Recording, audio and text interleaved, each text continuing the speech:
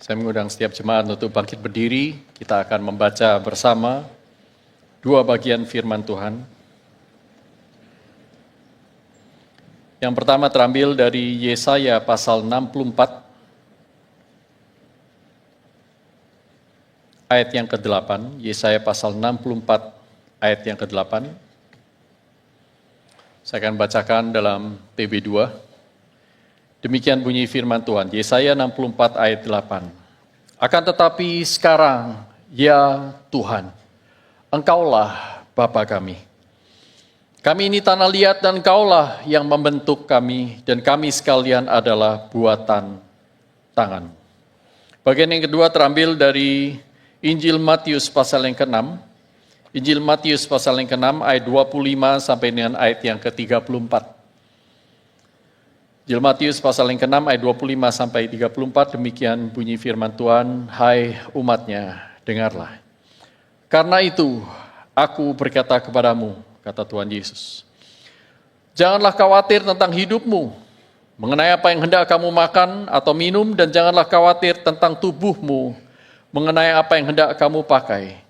Bukankah hidup itu lebih daripada makanan, dan tubuh itu lebih daripada pakaian? Pandanglah burung-burung di udara, yang tidak menabur, tidak menuai, dan tidak mengumpulkan dalam lumbung, namun Bapamu yang di surga memberi mereka makan.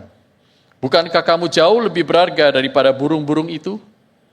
Siapakah di antara kamu yang karena kekhawatirannya dapat menambah sehasta saja pada jalan hidupnya? Mengapa kamu khawatir mengenai pakaian? Perhatikanlah bunga bakung di ladang, bagaimana mereka tumbuh.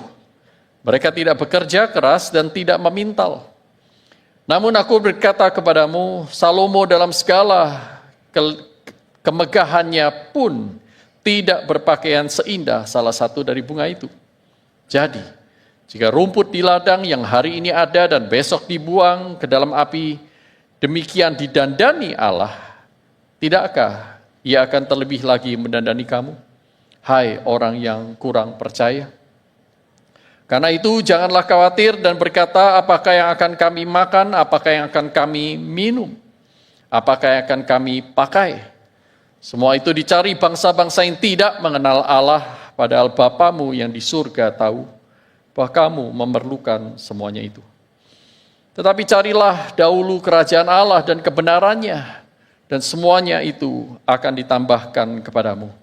Karena itu janganlah khawatir tentang hari esok, karena hari esok mempunyai kekhawatirannya sendiri. Kesusahan sehari cukuplah untuk sehari. Mari kita berdoa.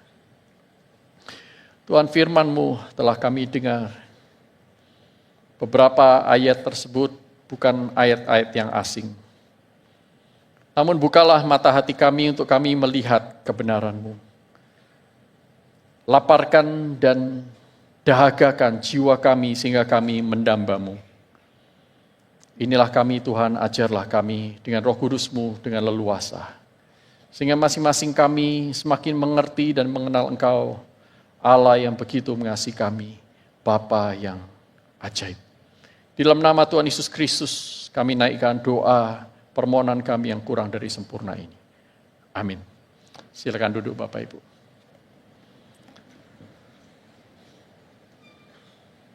Seorang ateis yang juga pecinta alam sedang memanjat tebing, berjalan-jalan menikmati alam. Tapi karena satu dan lain hal, dia akhirnya terperosok, jatuh ke dalam tebing yang sangat curam itu.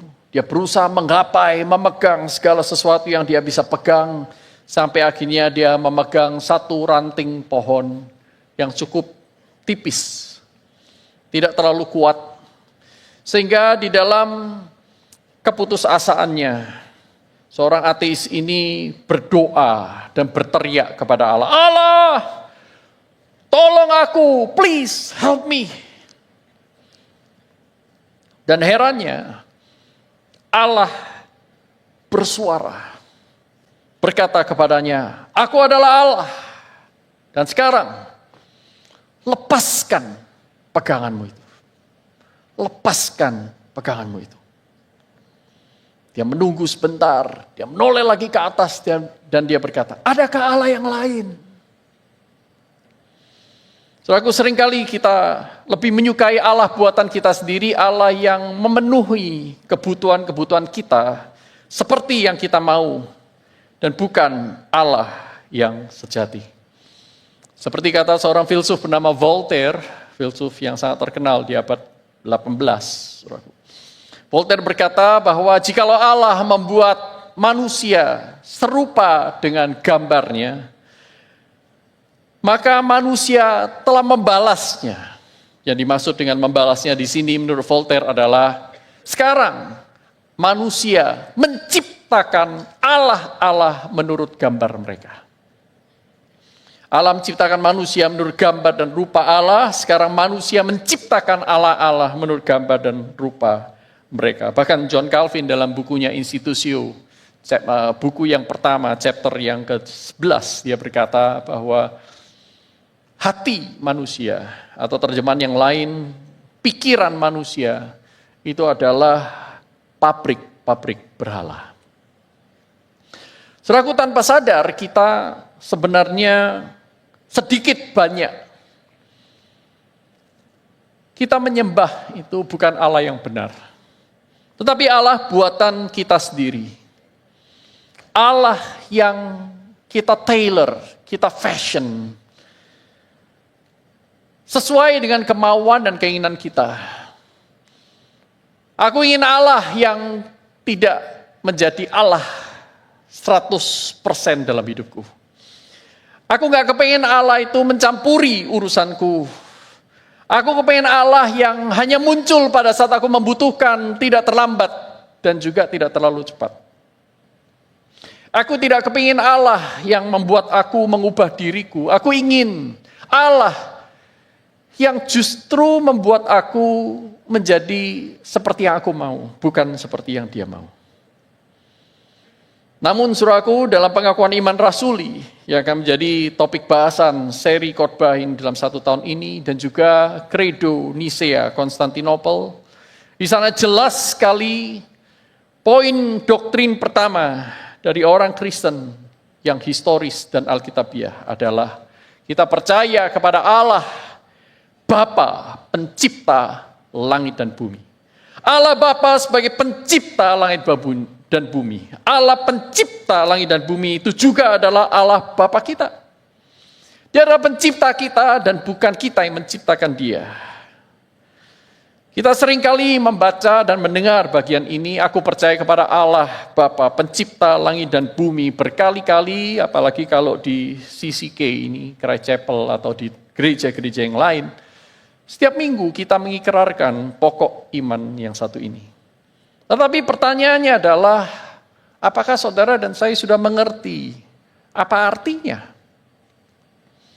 Jangan-jangan ini hanya hafalan. Jangan-jangan ini adalah kalimat-kalimat yang kita sudah sangat-sangat familiar, sehingga kita tidak menggali lagi dan tidak mengerti sebenarnya isinya. Apakah hidup kita sudah sesuai dengan pokok iman ini? Apakah iman yang kita akui bersama secara audible itu adalah iman yang menyelamatkan? Kalau kita sudah mengertinya, bagaimana saudara dan saya akan menghidupinya? Seperti apa hidup orang yang percaya pada pokok iman bahwa Allah Bapa adalah pencipta langit dan bumi, dan kita percaya kepadanya? Yang pertama, saudaraku, bagian ini, pokok iman ini, kalimat pertama dalam pengakuan iman rasul ini mengajarkan kepada kita ada perbedaan yang kontras antara pencipta dan ciptaan. Pencipta bukan ciptaan, ciptaan bukan pencipta. Dalam Yesaya 64 ayat ke-8, dan tentu ada banyak sekali ayat-ayat yang lain, saudaraku, yang kita tidak mungkin baca satu persatu di dalam khotbah topikal ini. Tetapi tadi ayat yang kita baca, Yesaya 64 ayat 8, dengan jelas berkata bahwa kami ini tanah liat, dan engkaulah yang membentuk kami. Kami sekalian adalah buatan tanganmu. Engkau adalah Bapa kami, ya Allah. Saudaraku, ada perbedaan yang kontras, dan perbedaan yang kontras ini terlihat di dalam relasi keduanya. Dan relasi keduanya ini akan muncul sangat jelas di dalam presentasi karya Allah, dua karya Allah khususnya hari ini yang kita bahas hari ini, yaitu penciptaan dan pemeliharaan. Yang pertama, dalam penciptaan. Pencipta mencipta segala sesuatu. Dia tidak dicipta. Dia tidak berawal dan dia tidak berakhir. Dia adalah Alfa dan Omega. Dia ada sebelum segala sesuatu yang lain berada. Dia berdaulat dan maha kuasa. Dia sanggup mengerjakan semua yang dia kehendaki. Semua rencananya tidak ada yang gagal. Dan dia sumber utama dari segala sesuatu. Yang dalam istilah teologis kita mengenalnya sebagai causa prima. Prime cause. Penyebab dari segala sesuatu yang lain. Berbeda dengan ciptaan. Ciptaan itu dicipta, ciptaan tidak mencipta. Kalaupun ciptaan mempunyai daya cipta itu adalah turunan dari sang pencipta. Karena ciptaan, khususnya manusia, dicipta menurut gambar dan rupa Allah sang pencipta. Sehingga kita mempunyai daya kreasi. Kita bisa kreatif, menciptakan sesuatu, tetapi perbedaannya adalah Allah mencipta segala sesuatu, dari yang tidak ada menjadi ada, sedangkan saudara dan saya hanya bisa menciptakan dari yang sudah ada. Beda sekali antara pencipta dengan ciptaan. Ciptaan mempunyai awal dan mempunyai akhir. Kecuali kalau Allah mengkaruniakan kepadanya kekekalan, maka dia mempunyai awal dan dia mungkin akan bersama-sama dengan Allah di dalam kekekalan. Tetapi kekekalan yang dia miliki tidak pernah bersumber dari dirinya sendiri. Dia bukan pencipta. Hanya Allah pencipta yang adalah sang awal dan sang akhir, tidak berawal, tidak berakhir. Tetapi ciptaan mempunyai awal dan mempunyai akhir. Ciptaan mempunyai kuasa yang terbatas. Dan bergantung kepada banyak hal. Berbeda dengan pencipta. Manusia khususnya mempunyai banyak sekali keterbatasan. Rentang waktu hidup kita juga terbatas. Sekalipun banyak sekali orang kaya termasuk Jeff Bezos mendanai riset untuk membuat manusia hidup semakin lama. Tetapi tetap lebih lama tidak berarti lebih kekal. Dan sampai sekarang hasilnya pun masih belum banyak, saudaraku. Kuasanya terbatas. Manusia tidak bisa accomplish what he wills atau what he wants. Manusia tidak bisa mendapatkan semua yang dia inginkan. Dan itu mungkin pelajaran pertama saudara dan saya sejak kita kecil. Kita tidak selalu mendapatkan yang kita inginkan, berbeda dari Allah. Allah selalu bisa mengerjakan dan mendapatkan apa yang dia kehendaki. Kuasa Allah tidak terbatas, kuasa manusia terbatas. Manusia juga bukan sumber utama dari segala sesuatu. Manusia tidak pernah menjadi prime cause, causa prima. Manusia dengan kapasitas moralnya hanya bisa menjadi causa secunda atau second cause. Yang atas seizin Allah manusia bisa menghasilkan, menyebabkan sesuatu. Saudaraku, sedemikianlah perbedaan antara pencipta dengan ciptaan. Pencipta tidak tergantung kepada ciptaan, ciptaan sangat bergantung kepada pencipta. Pencipta menciptakan ciptaan, ciptaan dicipta oleh pencipta. Ini adalah relasi antara pencipta dengan ciptaan yang iman Kristen pegang dengan teguh sepanjang segala abad sampai hari ini. Tidak pernah mencampurkannya, saudara. Dan yang kedua, yaitu karya Allah di dalam pemeliharaan. Allah yang mencipta yang kita percaya itu, ternyata adalah Allah yang juga memelihara ciptaannya. Berbeda dengan aliran deisme, yang percaya bahwa Allah itu hanya mencipta, setelah itu membiarkan ciptaan itu bergerak sendiri, tanpa harus memeliharanya, kecuali intervensi-intervensi tertentu. Nah, ini Allah deisme. Allah deisme biasanya secara populer digambarkan sebagai seorang pembuat jam yang setelah menempatkan semua partikel, semua komponen itu dengan begitu rapi, dengan begitu sempurna, dan kemudian menjalankannya. Setelah itu Allah sang pencipta jam tangan itu tidak lagi berelasi dengan ciptaannya. Nah, ini Allah deisme. Kalau kita selidiki lebih dalam lagi, mengenal tentang Allah deisme ini, saudaraku, kita harus jujur mengatakan bahwa sebagian besar dari kita, sebagian besar orang Kristen, sebenarnya menghidupi iman deisme ketimbang imannya Alkitabiah. Jujur saja. Iman deisme itu seperti apa? Ya, percaya bahwa Allah itu mencipta, tetapi Allah tidak peduli terhadap kehidupan saya. Kalaupun saya hidup karena saya mau saya hidup, itulah iman deisme. Saya tidak peduli pada Allah pencipta. Kita jarang sekali bersyukur untuk keberadaan saudara dan saya. Kita jarang sekali mau peduli, mengembangkan sensitivitas kita untuk melihat bahwa Allah itu turut bekerja dalam segala sesuatu. Kita ingin Allah yang tidak perlu turut campur tangan. Kita nggak kepingin diribetin oleh Allah yang bekerja dalam segala sesuatu. Kita kepinginnya Allah deisme. Ya, Allah itu hanya hari Minggu saja. Hanya di waktu-waktu devosi. Wednesday Chapel. Kelas-kelas WDK. Ya, di sanalah aku mengerti dan memikirkan tentang Allah. Tetapi kalau aku makan, aku pilih jodoh, aku bekerja, jam berapa aku harus bangun, apa hubungannya dengan Allah? Nah, ini. Allah deisme itu jauh dari ciptaannya. Dan kita lebih senang memiliki Allah seperti itu. Tanpa sadar. Tanpa sadar. Saudara, tetapi Alkitab mengajarkan kepada kita Allah yang berbeda. Bukan Allah yang tidak peduli kepada ciptaannya, tetapi Allah yang justru bekerja dengan dekat, dengan erat, dengan compassion, dengan belas kasihan itu, dengan ciptaannya, di dalam ciptaannya. Sehingga Paulus dalam Kisah Para Rasul dikatakan, Paulus mengatakan bahwa kita itu percaya kita berada di dalam Allah, Allah berada di dalam segala sesuatu. Kita bergerak di dalamnya. Allah itu Allah yang memelihara. Pemeliharaan Allah seperti apa? Secara standar, saudaraku, iman Kristen membagi karya pemeliharaan itu ke dalam 3 aktivitas besar. Aktivitas yang pertama, kita mengenal dalam bahasa Latin dengan kata conservatio, yaitu preservation.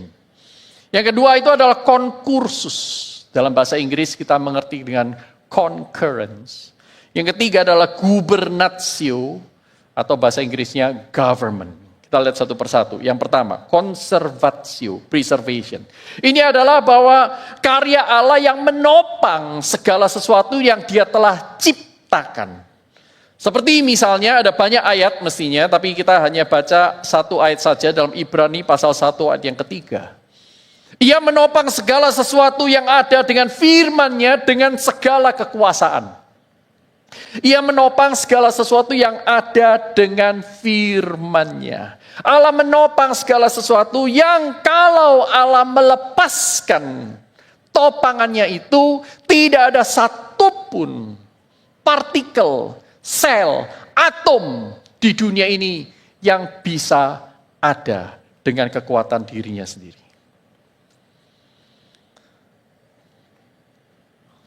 Setelah ini yang dimaksud dengan preservation. Allah menopang segala yang ada sehingga bisa menjadi tetap ada. Tetapi bukan hanya tetap ada. Bukan hanya keberadaan yang ditopang, tetapi juga bentuk, fungsi, tujuan. Itu semuanya ditopang oleh Allah. Allah menopang keberadaan, bentuk, fungsi setiap ciptaan untuk satu tujuan, yaitu melayani Sang Pencipta. Jadi, kalau hari ini saudara melihat tangan Anda, saya lihat tangan masing-masing. Silakan lihat supaya nggak ngantuk juga ya. Gosok-gosok ya, supaya nggak kedinginan. Oke? Saudara lihat tangan Anda. Tangan Anda saat ini ada berbentuk seperti itu dan berfungsi, masih bisa kita gerak-gerakkan. Itu bukan karena Anda menginginkannya, tetapi karena Allah bekerja, memeliharanya. Sehingga saudara punya tangan, saudara punya rambut, saudara punya mata, saudara punya hidung, saudara punya kaki, saudara punya hati, punya jantung, saudara mempunyai jiwa. Saudara dan saya mempunyai akal pikiran yang bukan hanya ada, tetapi berfungsi. Itu bukan karena kita ingin ada pada diri kita sendiri, tetapi keberadaannya, bentuknya, fungsinya, semuanya itu dari Allah. Dalam bagian yang lain di Perjanjian Lama dikatakan, saya lupa apakah ini kemungkinan Ayub atau Mazmur, saya lupa persis. Tapi di sana dikatakan, Allah jangan ambil rohmu daripadaku, jika engkau mengambil rohmu dariku, maka aku akan menjadi debu. Puff, lenyap. Ini bedanya pencipta dengan ciptaan. Pencipta mempunyai self-existing power, self-subsisting power. Dia ada karena dia mau dia ada. Tetapi ciptaan tidak pernah memiliki self-existing atau self-subsisting power. Itulah sebabnya dia disebut sebagai ciptaan yang selalu bergantung kepada Sang Pencipta untuk segala keberadaannya. Dan karya Allah yang menjaga, menopang keberadaan ini adalah salah satu dari karya pemeliharaannya. Yang kedua adalah konkursus atau concurrence. Yaitu dalam Roma 8 ayat 28 misalnya dikatakan di sana, segala sesuatu bekerja sama untuk kebaikan orang-orang yang mengasihi Dia. Allah turut bekerja dalam segala sesuatu, terjemahan bahasa Indonesianya. Allah turut bekerja. Nah, saudaraku, jadi penggerak segala sesuatu itu adalah Allah. Jadi kalau bumi ini mengitari matahari dengan orbitnya, planet-planet lain itu mengitari matahari, dan matahari itu berada dalam satu galaksi, galaksi itu pun bergerak terus. Kalau matahari itu berhenti berotasi, saudara akan terlempar jauh dan mati. Tetapi semuanya itu diatur begitu rupa, Allah lah yang menggerakkan segala sesuatu. Allah berada di dalam hukum alam itu, menopang hukum alam dan dia menggerakkan segala sesuatu. Dia bekerja di dalam segala sesuatu.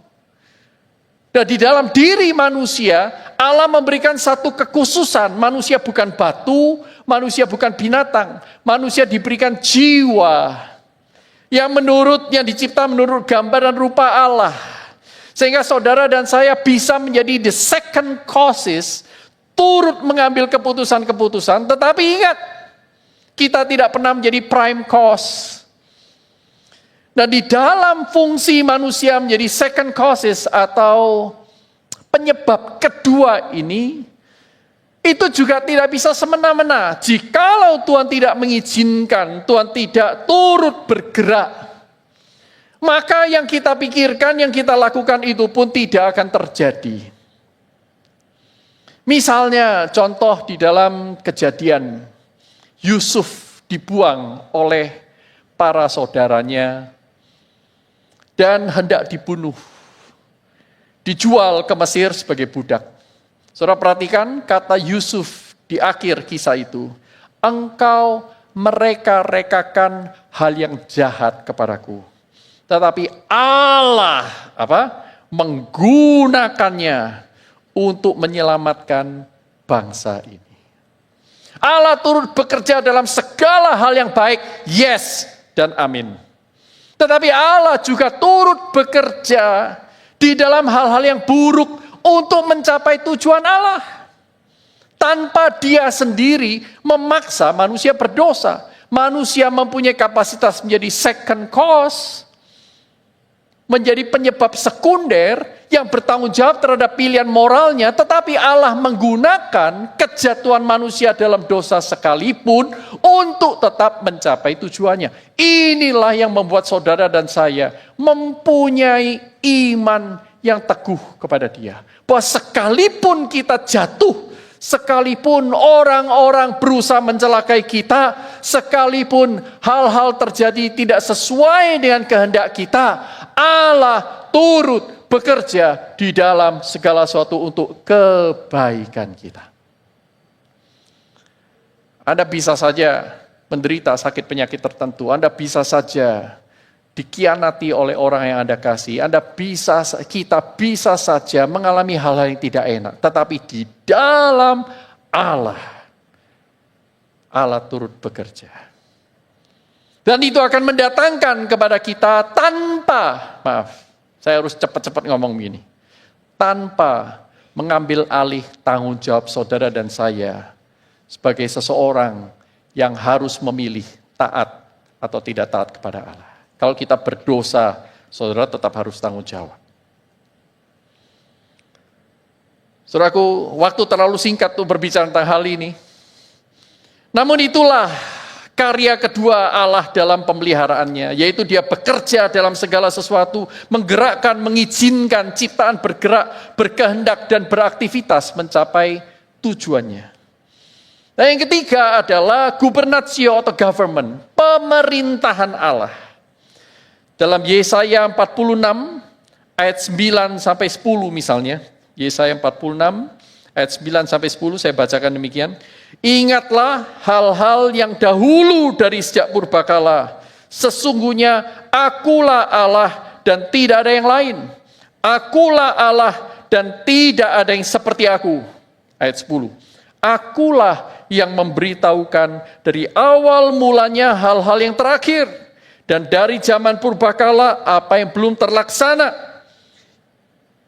Yang berkata rencanaku akan terwujud dan segala kehendakku akan kulaksanakan. Allah adalah Raja yang memerintah langit dan bumi. Sekalipun saudara dan saya hari ini belum bisa mengerti dengan tuntas.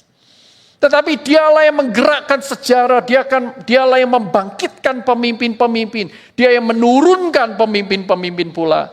Dia yang menempatkan saudara dan saya di keluarga-keluarga kita. Dia menempatkan kita bekerja di mana, studi di mana. Dia yang mengatur, menolong kita. Sekalipun kita sering kali mengambil keputusan-keputusan yang keliru. Termasuk orang tua kita. Namun di dalam semua kelemahan, di dalam ketidakmengertian kita, Allah bukan hanya bekerja. Dia juga memimpin kita. Memerintah kita. Tidak ada satupun makhluk di dunia ini yang bisa bergerak, bekerja di luar kehendaknya, di luar pemerintahan Allah. Mestinya pada titik ini saudara dan saya akan dipenuhi dengan rasa kagum. Mestinya. Saya berharap saudara mulai kagum dengan Dia. Allah sanggup membuat garis lurus dengan tongkat yang bengkok.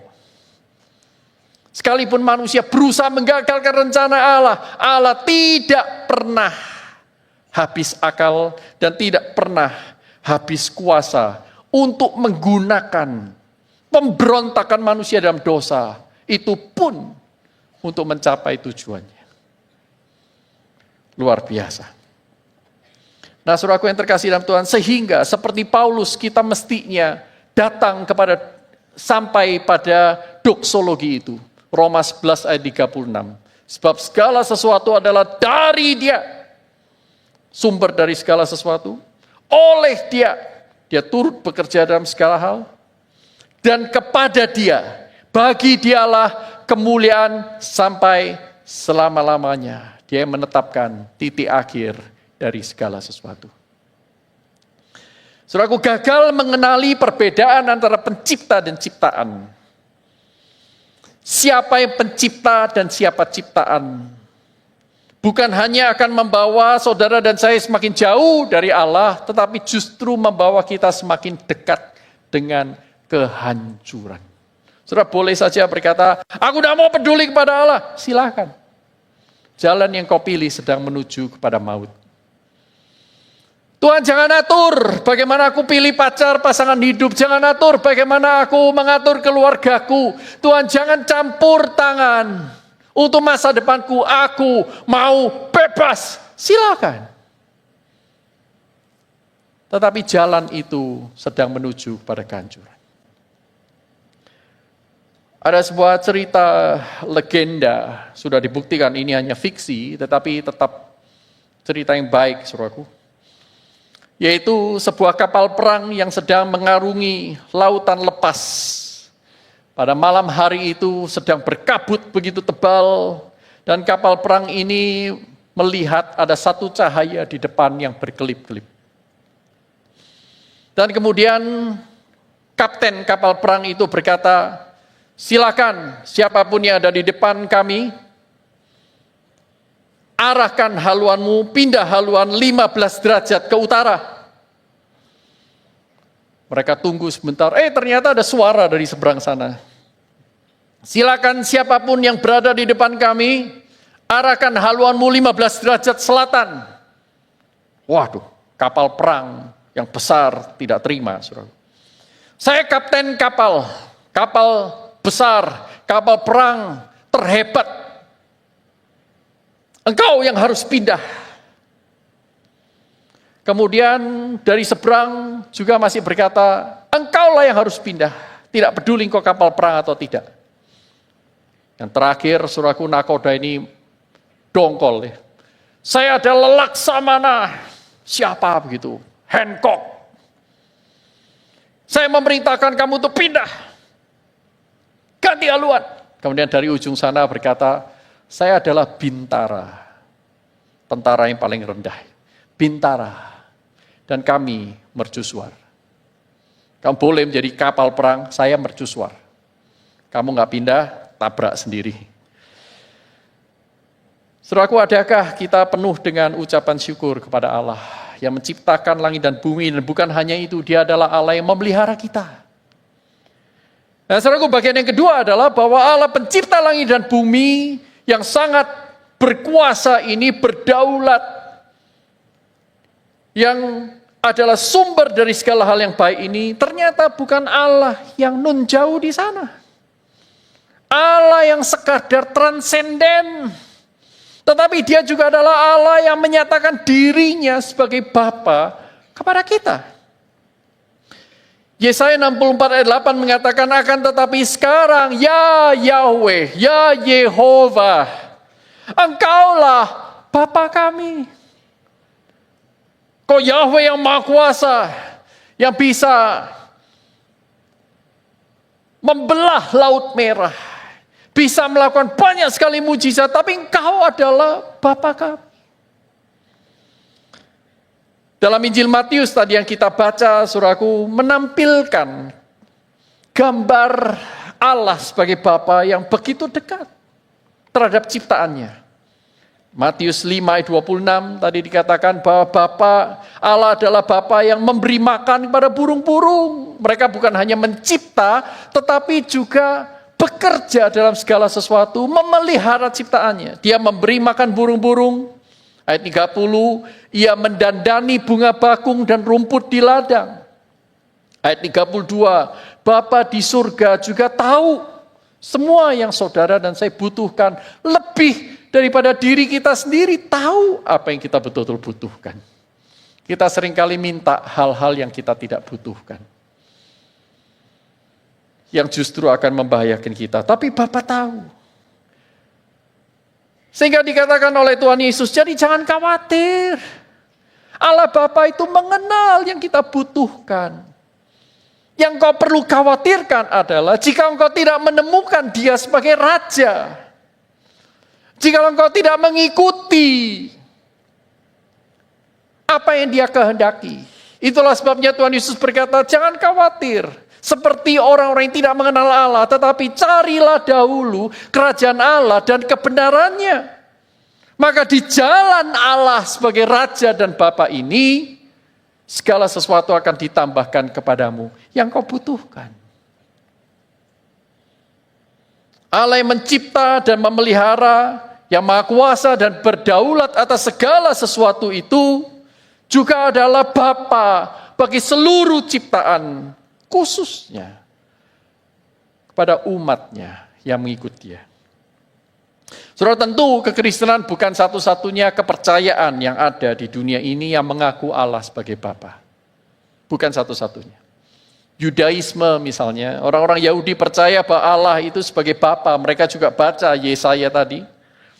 Tetapi bagi mereka Allah sebagai Bapa itu hanya berlaku di dalam sebuah ikatan perjanjian yang eksklusif. Yang hanya berlaku secara nasional. Tidak seperti iman Kristen. Bahwa Allah itu Bapa bagi seluruh ciptaan dan bagi manusia, bahkan mereka yang tidak mengenal Dia. Terlebih khusus lagi, Allah adalah Bapa bagi orang-orang yang memberi diri untuk menjadi anak-anaknya. Sebagian Hinduisme, sebagian, tidak semuanya. Itu juga percaya bahwa Allah itu sebagai Bapa alam semesta. Misalnya dalam Bhagavad Gita 9 ayat yang ke-17. Di sana dikatakan, aku adalah ayah, Bapa alam semesta. Aku adalah ibu, aku adalah penopang dan kakek. Yang mereka menggunakan gambaran-gambaran yang mirip sekali. Bahkan Wisnu, salah satu dari 3 dewa besar itu, dipercaya sebagai figur dewa yang paling father-like, paling menggambarkan tentang kebapaan. Tetapi tidak semua seperti itu. Brahman yang paling besar itu bahkan digambarkan sebagai Allah yang tidak personal sebenarnya dalam Hinduisme. Jadi sebagian dari Hinduisme percaya bahwa Allah itu Bapa alam semesta. Satu lagi kepercayaan yang tidak terlalu besar namanya Sikhisme, Sikh mungkin dari India, S-I-K-H, Sikh. Mereka percaya bahwa Allah itu adalah bapak dan ibu, parents untuk semua alam semesta. Namun saudaraku, kalau kita lihat secara keseluruhan, tidak ada kepercayaan manapun di dunia ini, baik termasuk 3 yang tadi saya sampaikan di atas, Yudaisme, Hinduisme, dan Sikhisme, yang mengajarkan Allah sebagai Bapa, yang memiliki relasi yang begitu dekat dengan ciptaan dan bahkan dengan manusia, lebih daripada kekristenan, iman Kristen. Itulah sebabnya ketika saudara dan saya mengikrarkan pengakuan iman rasuli, aku percaya kepada Allah, Bapa yang Maha Kuasa, Khalik langit dan bumi, itu pada dirinya sendiri membedakan kita dari iman-iman yang lain. Allah ternyata dalam kitab suci bukanlah Allah yang jauh, dingin, cuek, tiran, apalagi semena-mena. Tim Keller mengatakan bahwa Allah Alkitab, the biblical God, ini adalah Allah yang mempunyai personal engagement. Yang menyatakan compassion, intimacy, yang luar biasa. Saudara tidak dapatkan di yang lain. Bahkan termasuk Allah bikinan sendiri. Saudara tidak akan menemukannya. Beberapa di antara kita, saya sangat menyadari hal ini, memiliki pengalaman pahit dengan Bapak di dunia. Itulah sebabnya kita mengalami kesulitan-kesulitan ketika kita berusaha memproyeksikan Allah Bapa dengan Bapak kita di dunia. Karena sebagian dari kita mempunyai pengalaman yang buruk dengan keluarga kita, dengan Bapak kita. Sehingga kata Bapak itu, ayah, mempunyai konotasi yang negatif yang kita ingin buang jauh-jauh. Namun Alkitab memberi kepada kita kesaksian yang limpah ruah tentang Allah sebagai Bapa yang sebenarnya jauh di dalam lubuk hati kita. Inilah yang paling kita butuhkan. Itu Bapa yang ingin dikenal dan mengenal kita. Bapa yang mengasihi Anda dan saya. Penuh belas kasihan. Yang memberi yang terbaik kepada kita. bahkan tidak segan memberikan anaknya yang tunggal, supaya saudara dan saya memperoleh hidup kekal bersama dengan Dia. Dia adalah Allah yang mengampuni, menanti kita pulang, menerima pengampunan yang disediakan kepadanya, kepada setiap orang yang bertobat, mengangkat derajat kita, orang-orang yang sebenarnya penuh dosa dan ingin menjauh darinya. Dia ingin menjadikan saudara dan saya anak-anaknya. Ketika saudara dan saya nggak kepingin Dia menjadi Bapa kita. Dia melepaskan kita dari kuasa yang jahat. Dia sanggup memberi kita kuasa hidup baru di dalam kekudusan yang kita tidak mungkin dapatkan dari tempat yang lain. Dia Allah yang always ready membuka lembaran hidup baru dan memberikan harapan baru bagi saudara dan saya yang sebenarnya sudah tidak mempunyai harapan lagi. Sudah rusak oleh dosa, baik dosa akibat perbuatan sendiri maupun dosa akibat perbuatan orang lain. Saudara perhatikan ketika Tuhan Yesus mengawali khotbah di bukit itu, sebelum Dia mengajarkan doa Bapa kami, Tuhan Yesus berkata, jangan doa seperti orang-orang itu. Kalau kamu mau berdoa, masuklah ke kamarmu yang tersembunyi. Berdoalah kepada Dia yang tersembunyi, maka Dia yang tersembunyi akan membalas doamu. Saudara perhatikan, very intimate. Itulah Allah kita. Menyediakan diri sebagai Bapa yang mau mendengar doa yang receh sekalipun. Di dalam keterbatasan kita mengenal Dia. Dan Dia sedang menanti Anda menjumpai Dia dengan sungguh-sungguh. Bukan hanya dalam kehidupan privat, tetapi juga dalam kehidupan komunal ini. Dia ingin kita beribadah dengan hati. Menaikkan doa, memberikan telinga, jiwa yang haus dan lapar akan Dia. Dalam doa Bapa kami, dikatakan bahwa Dia adalah Bapa yang ada di surga, yang berbeda dari manusia ataupun buatan manusia, berbeda dari segala yang ada di bumi ini. Namanya kudus, reputasinya tidak terabaikan. Reputasinya tidak pernah diragukan. Dia adalah Raja yang kita ingin kerajaannya itu datang. Dia adalah Allah Bapa yang kepada siapa kita meminta makan. Berilah kami pada hari ini makanan yang secukupnya. Ampunilah kami. Dia Bapa yang mengampuni kesalahan-kesalahan kita. Dia juga Bapa yang menjauhkan kita dari pencobaan, melepaskan kita dari yang jahat. Dalam Lukas 15, tentang perumpamaan anak yang hilang, Allah digambarkan oleh Tuhan Yesus sebagai Bapa yang menanti setiap waktu anaknya pulang. Menanti, menyematkan kembali cincin, menggantikan pakaian yang kotor dengan pakaian kesayangan.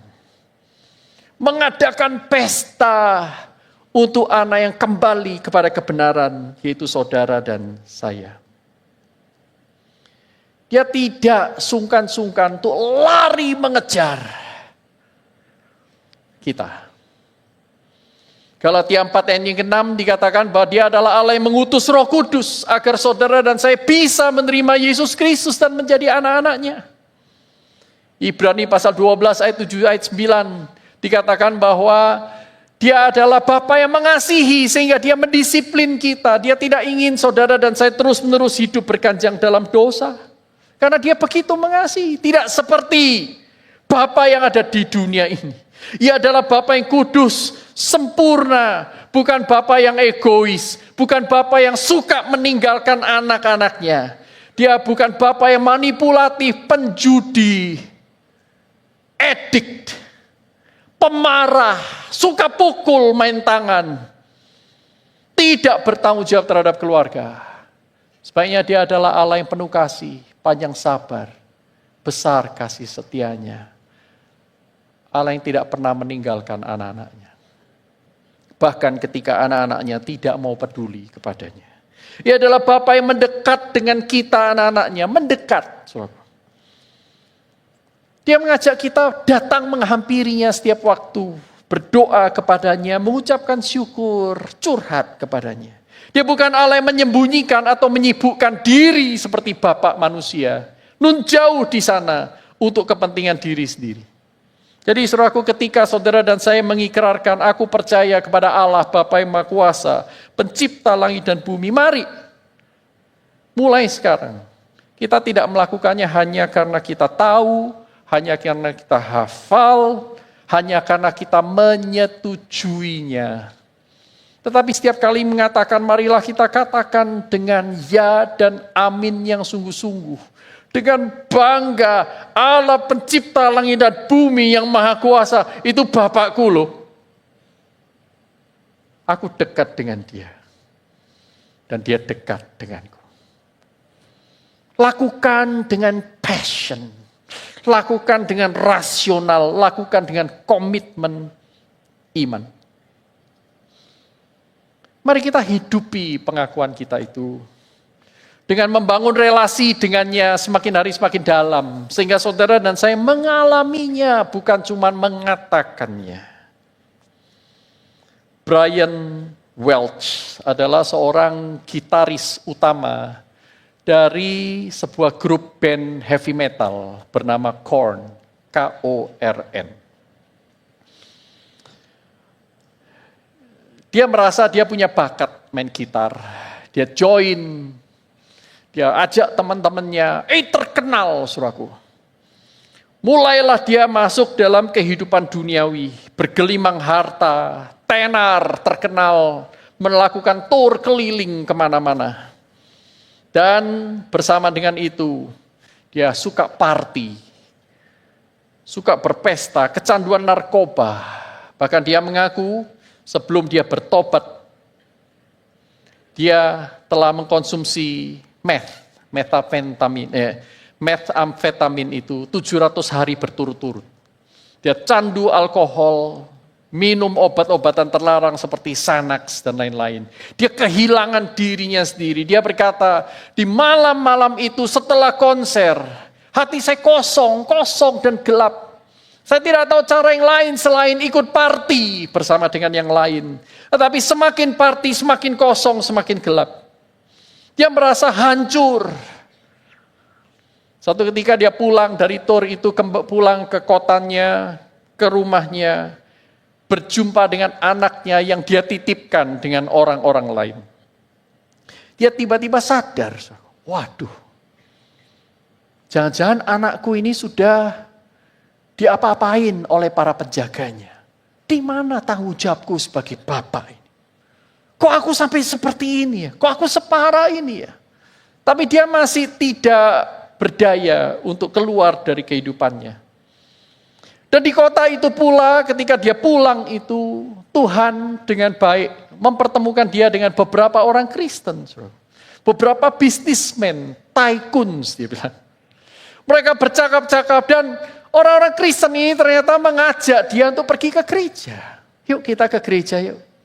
Awal-awal dia menolak, aku tidak butuh Allah seperti itu. Aku tidak butuh agama. Aku hidup seperti aku mau. Tapi lama-kelamaan dia mulai sadar, dia hancur, dia butuh pertolongan. Tidak ada salahnya untuk coba. Dia pergi ke gereja. 1 kali, 2 kali, dia dengar firman Tuhan. Akhirnya dia merasa, singkat cerita itu overwhelmed dengan kasih Allah. Dia melihat, kasih Allah itu begitu besar. Apakah aku bisa memperoleh kasih seperti itu? Sampai akhirnya pengkhotbah itu menceritakan tentang Matius pasal 11 ayat 28. Ketika Tuhan Yesus berkata, marilah kepadaku semua yang letih, lesu, dan beban berat. Aku akan memberikan kelegaan kepadamu. Dan kemudian dia berkata dalam hatinya, Brian Welch ini, aku butuh istirahat itu. Aku butuh rest. Aku butuh kelegaan. Tuhan, jikalau engkau memberikannya kepada orang yang datang kepadamu, aku mau datang kepadamu. Dia memberikan diri kepada Tuhan Yesus hari itu. Dan hidupnya berubah, saudaraku, memang tidak drastis. Dia masih berkata kepada dirinya, aku mau menikmati methamfetamin itu satu kali yang terakhir. Dan dia mengambilnya yang terakhir, saudaraku. Dia menikmatinya, tetapi dia berkata, tidak seperti sebelumnya. Rasanya sudah jauh berbeda.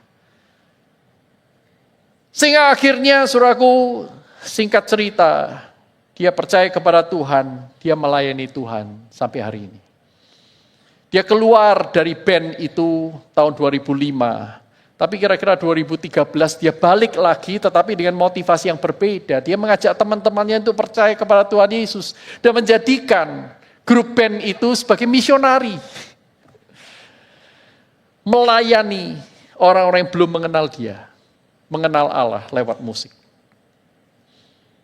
Saudaraku, karena terharu akan kasih Allah yang begitu besar dalam Yesus Kristus. Seorang Brian Welch ini mengalami perubahan hidup. Jikalau Allah mengejar orang dari pandangan manusia separah ini, segelap ini, sehancur ini, dia juga mengejar saudara dan saya hari ini. Allah Bapa mencari dan mengejar, pertanyaannya adalah, apakah saudara masih menjauh dan menyembunyikan diri darinya? Bahkan melarikan diri darinya. Mari kita berdoa. Setiap orang datang kepada Tuhan.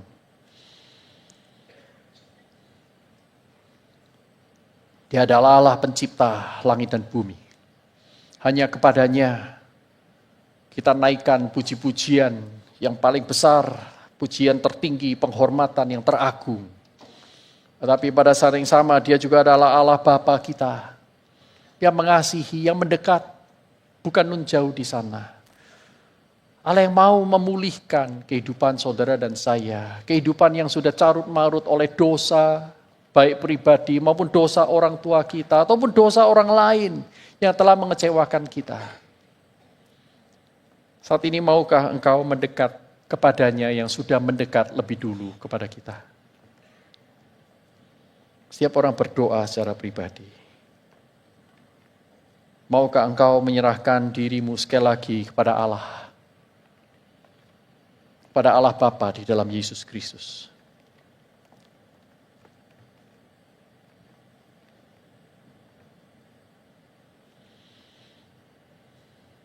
Tuhan, kami bersyukur, kami memiliki Engkau sebagai Allah kami, pencipta langit dan bumi. Kuasa-Mu yang tak terbatas, kekudusan-Mu, kebenaran dan keadilan-Mu yang tak tertandingi. Kami juga bersyukur karena Engkau bukan Allah yang nun jauh di sana, Engkau adalah Allah Bapa kami yang dekat sekali. Lebih dekat daripada napas kami.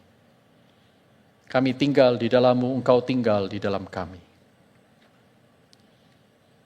Tuhan, tolong kami untuk semakin mendamba-Mu, menghidupi iman kami, penuh dengan puji-pujian dan syukur bahwa Engkau adalah Allah Bapa kami.